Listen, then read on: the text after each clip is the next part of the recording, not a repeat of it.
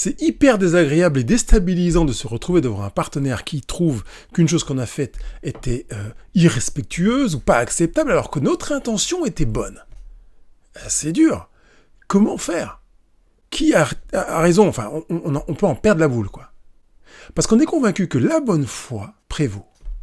Ça veut dire que si je suis parti sur une bonne intention, mon partenaire doit comprendre que mon intention était bonne et donc adapter son jugement au résultat de mon intention.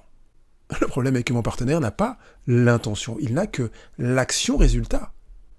C'est une des raisons pour lesquelles la bonne foi peut ne pas être suffisante dans la relation conjugale. Alors on va dire, oui, Pascal, quand même, comment pourrais-je faire autrement que de fonctionner sur la base de la bonne foi ? Eh bien, tu ne peux pas faire autrement, et je crois qu'il est important de le savoir.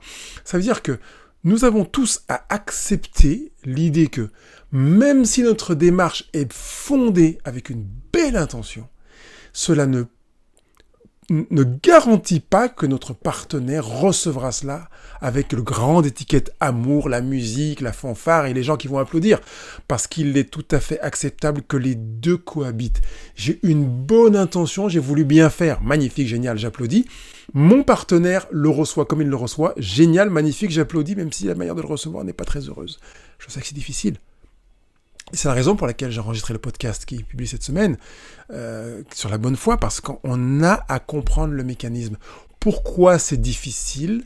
C'est ce que j'explique dans le podcast. Comment faire pour mieux vivre ces secousses vis-à-vis dans une relation dans laquelle la bonne foi a été évidemment manifeste, mais n'a pas été accueillie avec les applaudissements.